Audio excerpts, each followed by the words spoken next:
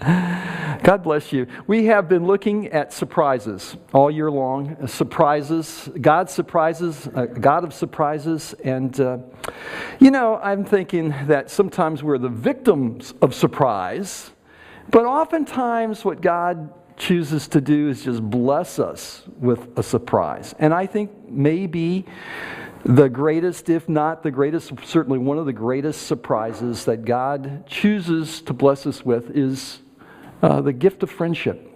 Isn't that a wonderful thing that God surprises us with friends? And He does this in so many unusual ways. I gave a series on friendship many years ago, actually, when HarborPointe first got off the ground.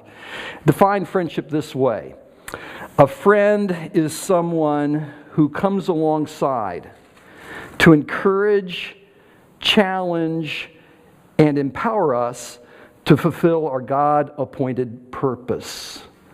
I kind of think that's a good definition of what it means to be a friend. Somebody comes alongside of us to encourage and challenge and empower us to fulfill our God-appointed purpose.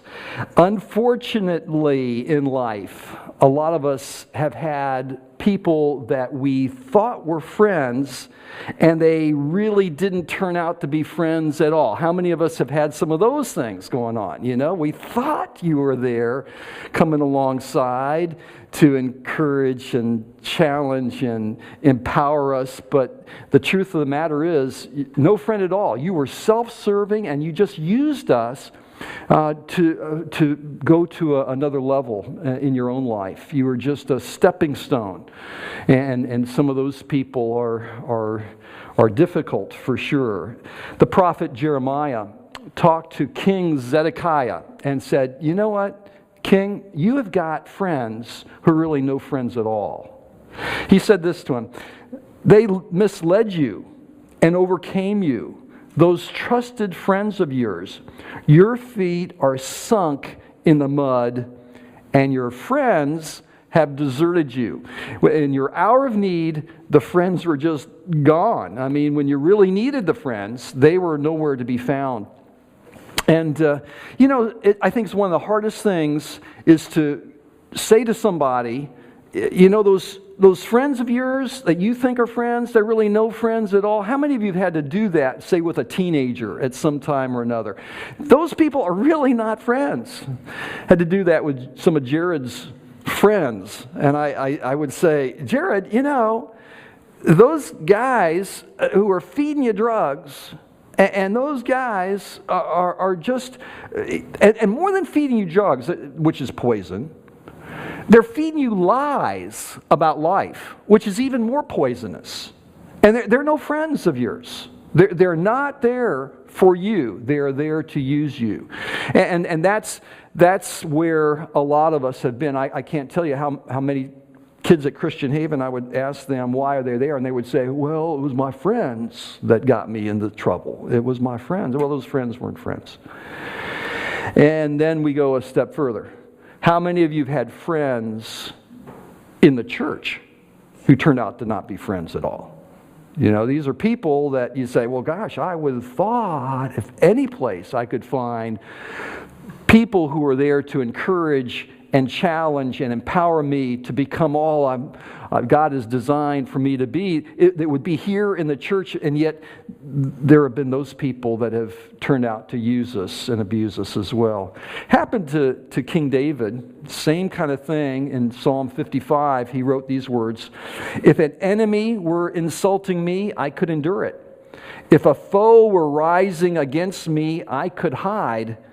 But it is you, a man like myself, my companion, my close friend, with whom I once enjoyed sweet fellowship in the house of God. As we walked about among the worshipers, I let my guard down and I got stabbed in the back. I thought I could open my arms up, and it turned out that it was just showing my vulnerability and your ability to use me. And this has happened, hasn't it? There's that old joke about the pastor. Some of you may have heard it, who goes to accountability group with other pastors. And he says, guys, just want to say, I got to let you know, I've had some trouble with alcohol. I've been drinking the communion wine. And the other guys looked at him, and another guy said, well, gosh, that's not as bad as what's going on in my life. I've been collecting the offering plate, and I've been using the offering to go play golf, and this is, and then the other guy says, well, gosh, guys, I've been seeing the church secretary on the side, and the fourth guy, remember what the fourth guy says? What does he say? Well, I've been having trouble with gossip. Yeah, that's the one. my problem's gossip, and that's where a lot of us are.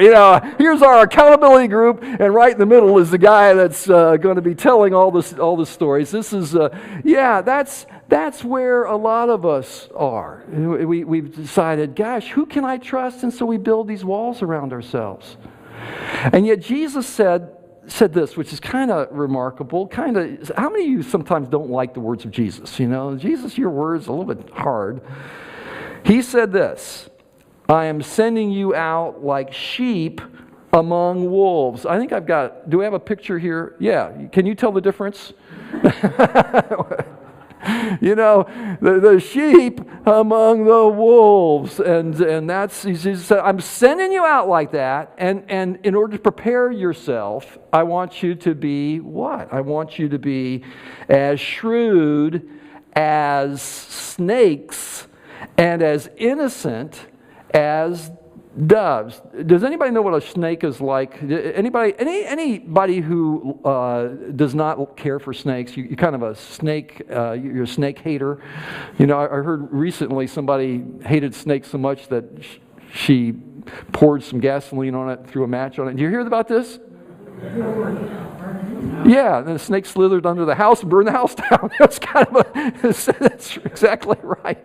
This is snakes, snakes. But they're according to the Bible, in Genesis 3, the serpent was more crafty than any of the wild animals the Lord God had made, more shrewd, thinks through a situation of life and figures out how to make things work.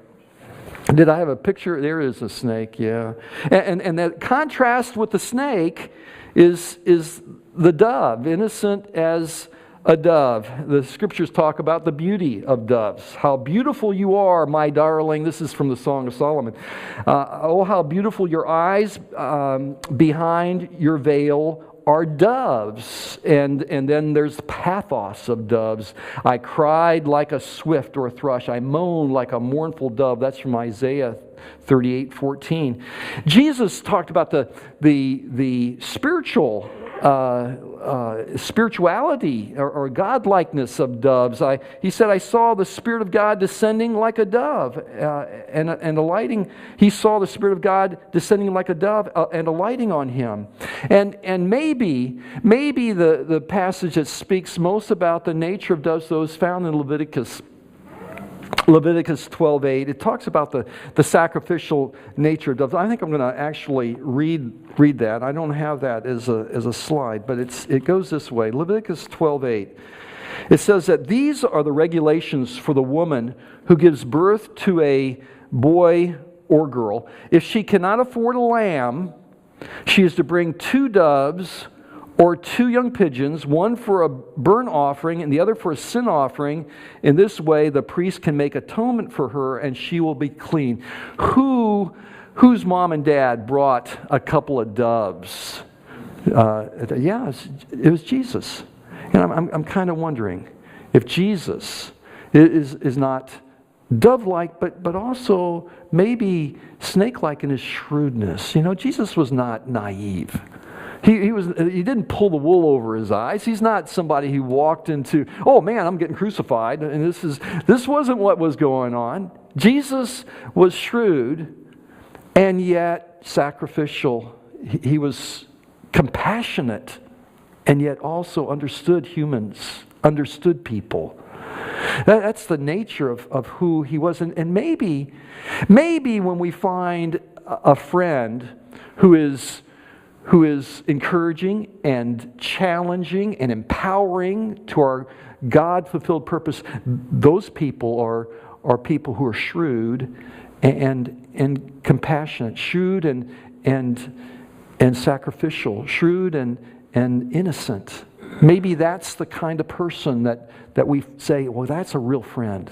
Here's a real person I can build my life upon. They're a pillar for me.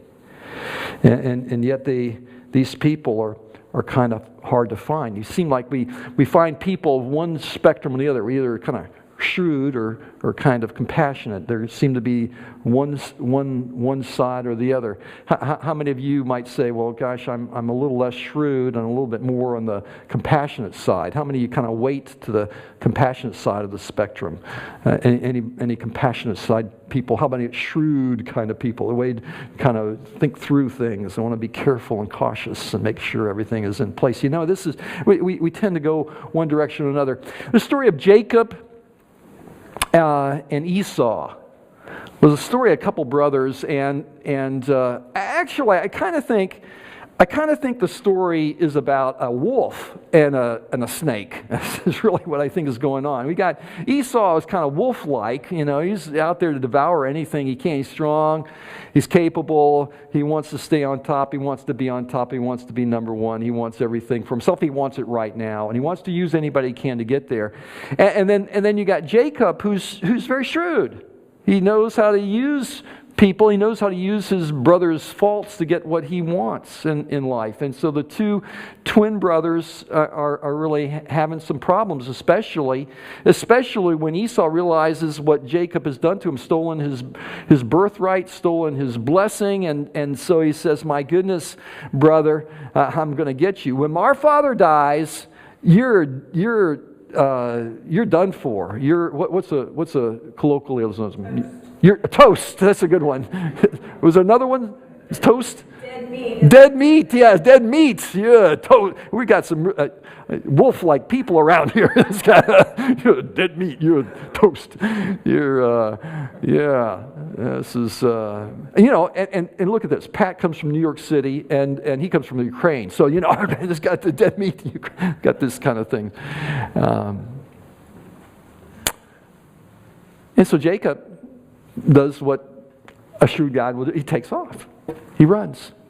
I think this was his kind of modus operandi, getting in trouble, I'm going to run. And he runs. This guy takes off. But you know what? You can't outrun God, can you? It doesn't matter how snake-like you might be. God says, you know what? I'm a snake handler. I reach out to snakes and wolves. I reach out to people like this. And while Jacob's running for all he's worth, he's leaving Canaan, he's going to Haran, he's hoping to go as far as he can from his brother. He stops along the road, pulls out his sleeping bag, falls asleep, and then he says, pulls out a stone to use as a pillow. I don't get that at all, in this story. All night long I see myself going, this isn't working. But and maybe that's why he dreamed a dream. Maybe this is the story. And in the dream, there's a stairway to heaven, and angels are ascending and descending. It's kind of like there's an open path. God is coming right through this path, saying, gosh, I see how to get connected to God through his messengers. And the Lord speaks. He says, I am the Lord, the God of your father Abraham, the God of Isaac. I will give you and your descendants the land on which you are lying. Your descendants will be like the dust of the earth, and you will spread out to the west and to the east, to the north and to the south, and all the peoples on the earth will be blessed through you and your offspring. I am with you and will watch over you and wherever you go, and I will bring you back to this land. I will not leave you until I've done what I have promised. Well, golly, what in the world did Jacob do to deserve this kind of blessing from God? What did he do to deserve it? Nothing. It's the grace of God at work. What have we deserved? to receive God's grace and mercy ourselves. It's nothing. It's nothing. And yet, God is at work. And when Jacob awoke from his sleep, he thought, surely the Lord is in this place, and I was not aware of it. How many of you have experienced the Lord close by and you're not aware of it at all? He must have been there all along. Because all the fretting and worrying and concern that I had, he sort of worked it out. And he was there all along. I wasn't aware of it. Is he in this place? Is he in this place right now? And we may not be aware. He may be very much in this place. But he's when we leave here as well. He's when we get in our car, when we drive off to work, when we go home, and we don't have the right kind of food to eat at home. We have maybe a steak desire and a McDonald's budget. We're just saying, but is he there? Is he there in the frustrations and difficulties and challenges that we're facing right this moment? Is he there? And for sure, this message that God said to Jacob is, I am there. And Jacob said, gosh, I wasn't aware of it. To become more aware of the presence of God seems to be my calling in life for myself, but it's also what I'm called to help each of us do as well. That's why I think I'm good friends with my friend Charlie Sparkman. He says, Charlie, listen to him, and he forces me to think that maybe I should think differently about how life is unfolding, because it isn't just a matter of just making some money and having food on the table and having a house and a car and then someday we pass off the scene. There's something more going on here. There's something very special going on. God has a destiny and a plan and a purpose for us, and our friends are to encourage and challenge and empower us to fulfill that calling. That's why we need friends. Real friends, shrewd and innocent friends. Well, anyways, Jacob continues on his journey. He comes across this beautiful gal named Rachel, and Rachel finds out is related to her, and he kisses her and weeps, and God seems to be a part of things. He meets Rachel's dad, and Rachel's dad is probably to Jacob one of those guys that he'd talk about, my in-law, he says, this guy, if anybody could be Rachel's father, I don't really particularly care for this guy named Laban, because here I'm offering to work 7 years for his beautiful daughter Rachel, and then he slips in ugly Leah on me, and now I've got to marry her in order to marry Rachel, and this father-in-law of mine, he is a sneaky, snake-like guy. And I think every time Jacob saw Laban, he saw himself. Every time you ever do that, you say, I really don't like that person, because they remind you of you, the worst part of you. I really don't like that guy. And it's like a mirror image of the worst parts of ourselves. And I think this is what was going on. Eventually, things got so bad for Jacob that he decides, after he's there for maybe, I don't know how many years, at least 14. We know at least 14, but maybe it's longer. He's decides, what? Lord, are you speaking to me? Are you saying something to me? And the Lord said, yes, I am. I want you to go back to the land of your fathers, to your relatives, and I will be with you. I'm using this problem in your life to get you to move, get you to do something different. You know what? You realize sometimes the most uncomfortable things in our life, the things that we want to get rid of, are really things that God is using as pivots to redirect us, to focus us in a new area, a new direction. It's God speaking to us through those uncomfortable issues and situations. And this is what God was doing. He says, okay, time to move, time to go back. And then Jacob says, yeah, but if I go back to the land of Canaan, the promised land, I'll have to come in contact with my brother Esau. He lives over there in that neck of the woods, and he's a big wheel. And I don't know, I really want to do that, but as God speaks to Jacob, he's assuring him that everything is going to be okay. Jacob went on his way, and the angels of God met him, and when Jacob saw them, he said, this is the camp of God. So he named the place Mahanaim. And he's just saying, God is speaking to me as I'm following His plans and purposes. But then, have you ever done this where you said, God's got me on a track. I really sense His presence. I really sense the direction. I really believe God's moving me. And yet, while you're moving, you're saying, but I'm scared to death.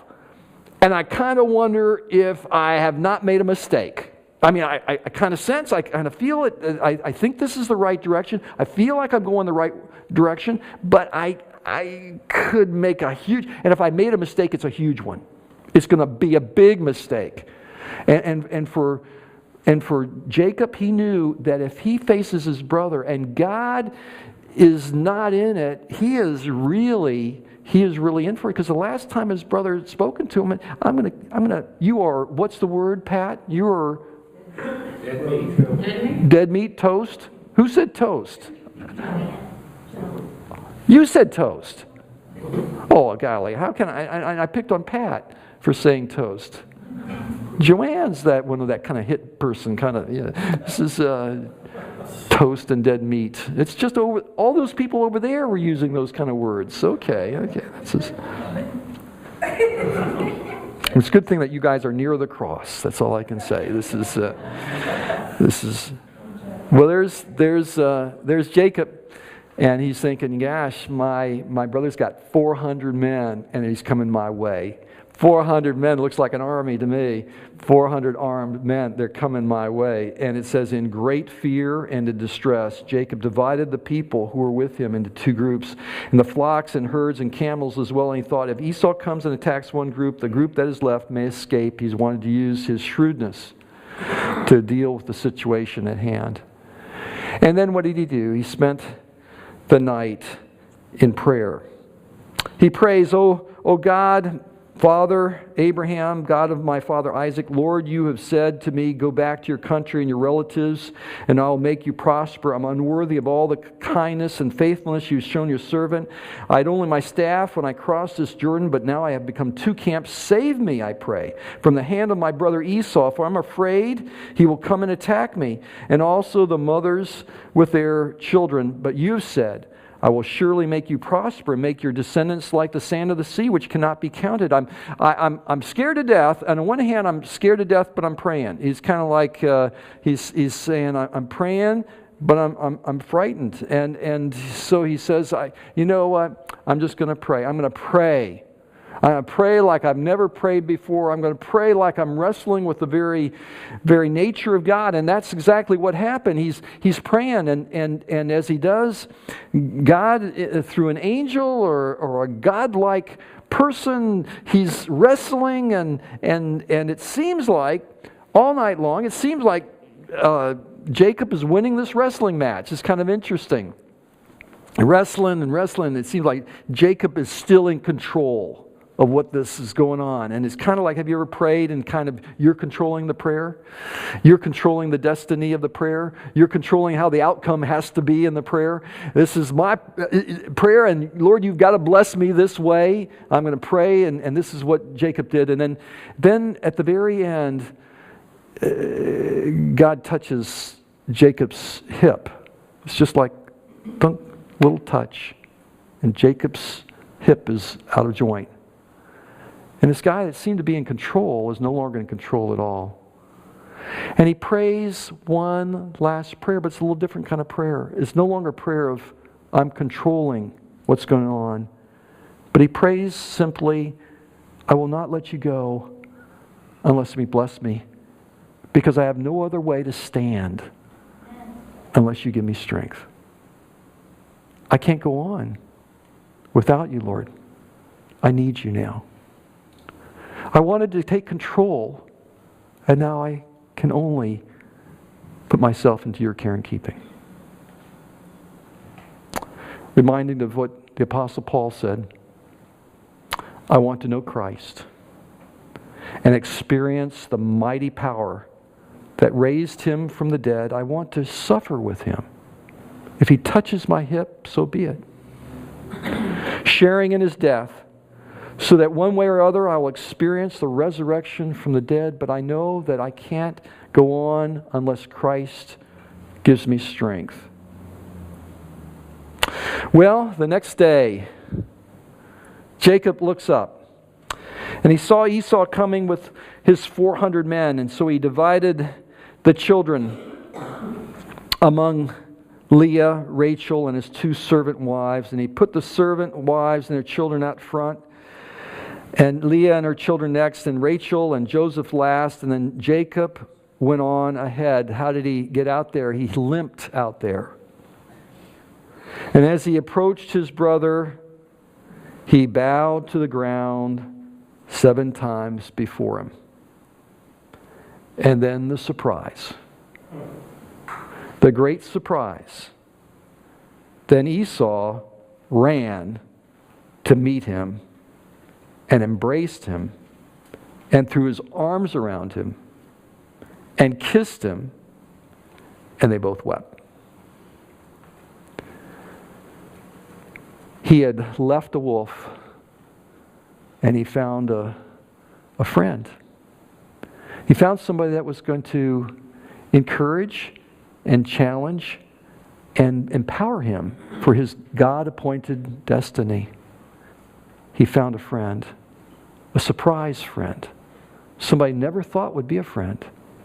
And God had worked it out. See, God had worked in Esau's life just as he had worked in Jacob's life. God had been doing a work and brought these two together. You know, there's lots of ways that God works out miracles. I know that Anne's mom had not spoken to her best friend of some 35, 40 years. They had not spoken for over 10 years. They had not spoken for so long, neither one could remember why they weren't speaking to each other. You know, they couldn't even remember what the issue was that had separated. They had been childhood friends, and they had been friends all through their life. And then something happened, and the two of them went their separate ways. And then Anne was good friends with the daughter of this other person who would come and say hi. And of course, it was always like, why is she here? You know, she's part of that enemy camp. And finally, one time we were down there, and the daughter says to Anne and her sister, and my mom would like to see everyone. Would you come on over? Well, we all said yes, and Anne's mom wants to say no, but doesn't know how to say no. She didn't want to be alone and didn't want to go, and it was one of those crazy stories. And she finally said, "Well, okay, I'll go along with." And was kind of not real happy about it. Going on over to this house, and the door opens, and those two women in their 80s grasped hold of each other and hugged each other and talked and jabbered to each other like there had never been an issue all their life, and then became best of friends again until passed off the scene a couple years later. You know, it's one of those miracle stories. But you know, I kind of think that those miracle stories are happening anytime we have a friendship, a real friendship. It's a miracle of God to find a friend. It's hard to find a friend. I was thinking about my own dad. He was my dad. And there are things that I wanted to separate myself because he was my dad. I felt like I needed to stay separate from my dad. And I remember getting angry at times, coming to visit here in Virginia and Suffolk and leaving early because I'd get mad, and I'd go home and mad at my dad about this or that, and just kind of going my way. And then 10 years ago when we moved out here, I sort of connected with my dad in a different way. Now I'm no longer the son, I'm now the friend. In fact, my dad is just a few months ago said, Tom is my main man. That's what he said. I became no longer the son. I was now a friend. And it's a surprising friendship. And those friendships occur when they happen. They're special. But there's only one friend that will never disappoint us, isn't there? There's only one friend who is really there to encourage and challenge and empower us for our God-appointed destiny. It's the one who paid it all, isn't it? It's the one who went to the cross for us. It's a beautiful passage that Paul speaks about in Romans 5, where he says, you see, at just the right time, when we were still powerless, Christ died for the ungodly, for the wolves, for the snakes. Very rarely will anyone die for a righteous man, but though for a good man someone might possibly dare die, but God demonstrates His own love for us. While we were still sinners, while we were still enemies, while we were still estranged, Christ died for us. He wants to be our friend. He wants to be our friend. And this morning, we come here to deepen our friendship with Jesus.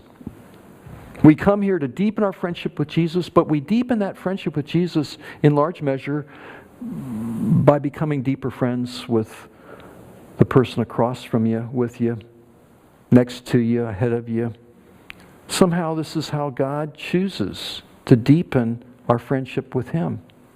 Somehow He says, you've got to get connected to some people around you who are going to be your friends as well. You've got to be a friend.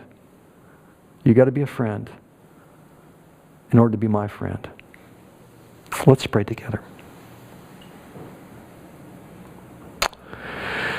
Lord, I just want to thank You for this time that we can gather as the family of God, brothers and sisters who have a journey that we're on. Sometimes in that journey we're a little bit more wolf-like, and sometimes we're a little bit more snake-like, and then sometimes we're a little bit more dove-like. But what we want to be is a little bit more Jesus-like. We want to be the best friend we can to You, Jesus. We want to listen to You when You speak. We want to hear Your voice, and we want You to hold our hand. We want to be right there with You and for You when You need us. And for sure, we need You. And we pray these things in Jesus' name. Amen.